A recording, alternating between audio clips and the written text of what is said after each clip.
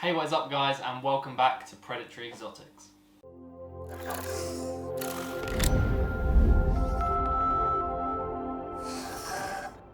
Today we're going to be doing a care guide and rehousing for the African Twig Mantis.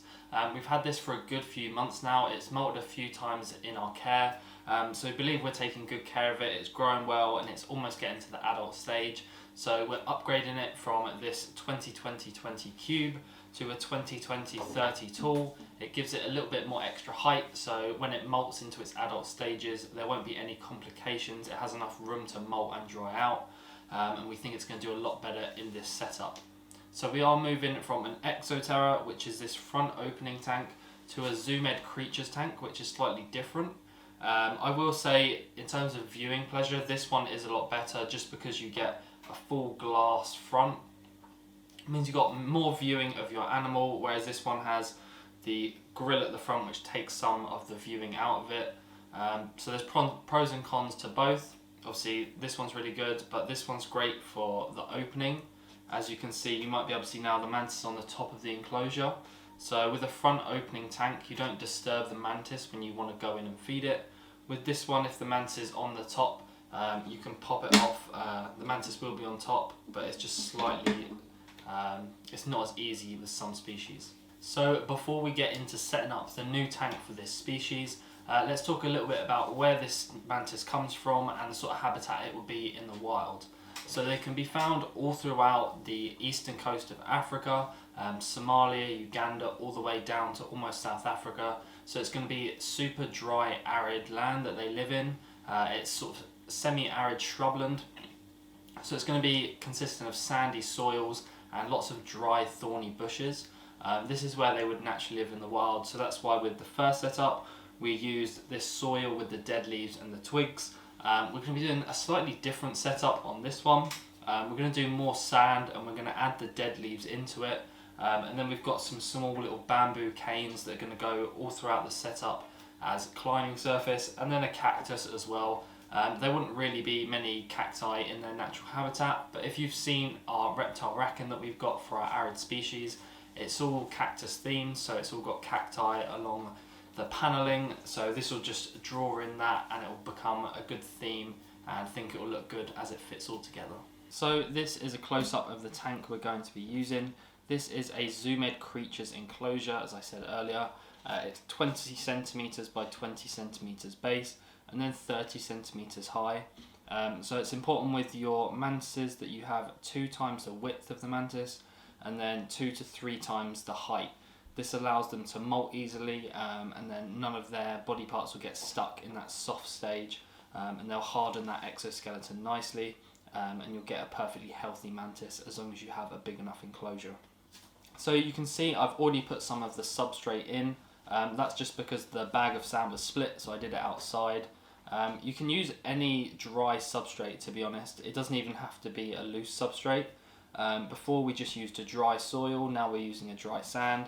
You could even use paper towel in a basic setup, but just the looser substrate looks a bit more naturalistic, so that's why we've gone for that. So we just put a little bit of that in, and then the other point is to put lots of climbing in, just so your mantis can easily get around the tank. So we're using these bamboo canes. I'll add this cactus in as well, just to bring the tank together. I'll put that in the back corner here. Add more of these bamboo canes in.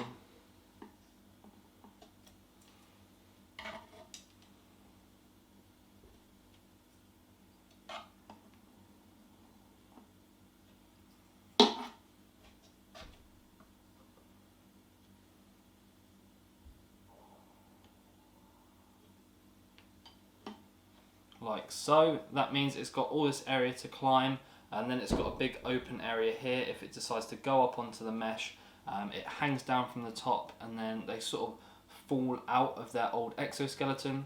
So this whole area will give it a nice amount of room to fall out and dry naturally, and isn't impeded by any of the decor inside the tank. So it's obviously very basic. We're going to add the dry leaves in a minute once we add the mantis back in.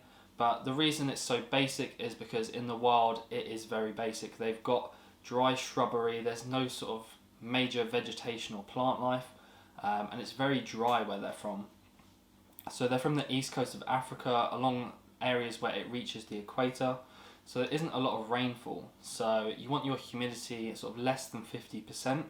You can't directly mist African twig mantis. It's not very good for them. So you're going to be misting about once a week, not very much at all, and never near the mantis. So I usually wait till the mantis is in one part of the enclosure, and then I'll just do literally one or two sprays, misting one side of the enclosure. So if it chooses to, it can go over to drink some of the droplets. But in the wild, there wouldn't be much rainfall. There might be the occasional morning mist that they might drink some droplets from, but the majority of their moisture is going to come from the live feeders that you're feeding them.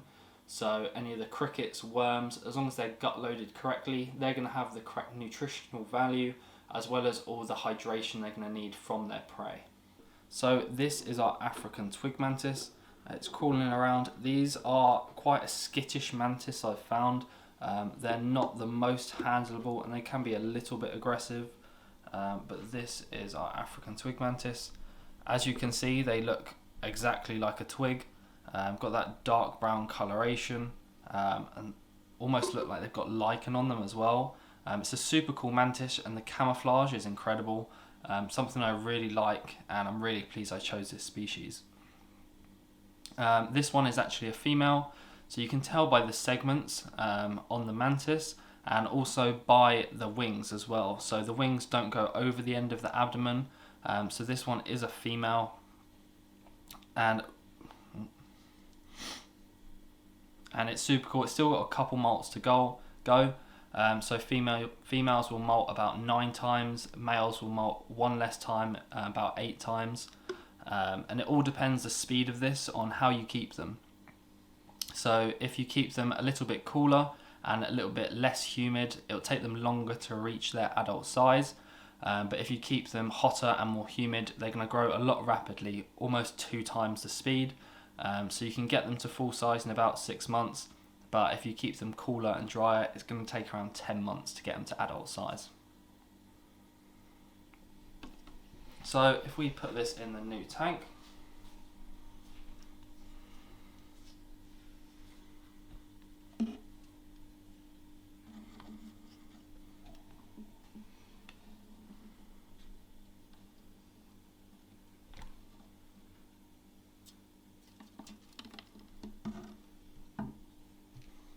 and another one of their defense mechanisms is actually to play dead. That's what this one's just done. They have 2 defense mechanisms. One to stay still and look like a stick. They put their hands in front of their head and stretch out their body so they look like a twig. And if that doesn't work, they will scamper around and then drop to the floor as if they've died. Obviously it does look a bit crazy, but that is their defense mechanism. So they do have pretty colourful wings. They are a very brown colour, but when they get annoyed, they do actually have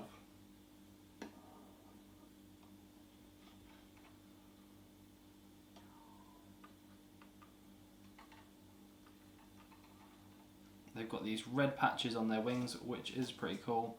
Like black and orange, got a little bit of pink on them as well. Super cool wings on them, but it is like a threat display. It does. They don't tend to like to use it, but you can see they just fold back on there, and then resume to just acting like a stick. They are a very cool mantis. I really like them. Some people say they're boring, but they're very cool mantis. So the other thing to talk about, we haven't talked about yet, is the heating for your African twig mantis. So again, I keep saying they're from super hot areas, semi-arid, shrubland, places like that. So they do like it a little bit hotter, anywhere up to 85 degrees. So you don't need, depending on what your house is like, you don't need specific heating for this animal. We just keep it on a top shelf of our reptile racking, which stays at that sort of 25 degree range. It can stay up there and it's perfectly healthy at that temperature. So we just keep it there with no specific heating or lighting, just ambient lighting and heating from the room. And it's doing awesome, doing well, and I'm glad it's now in this new enclosure.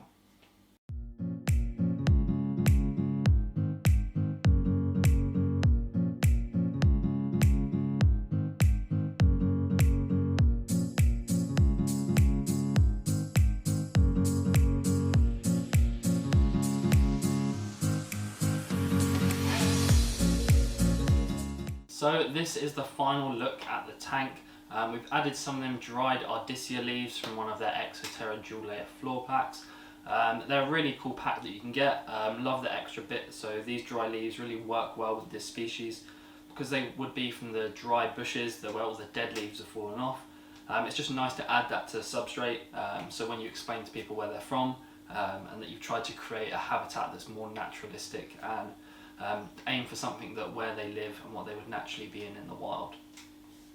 But if you have found this care guide and if you have enjoyed the rehousing of our African twig mantis, please leave a like, comment down below on the video, and don't forget to subscribe to us here on YouTube as well as over on Instagram and TikTok as well for more daily updates on all the different animals in our collection. So I hope you have enjoyed this video about the African twig mantis. Don't forget to leave that like, and I'll see you in the next video. Bye guys.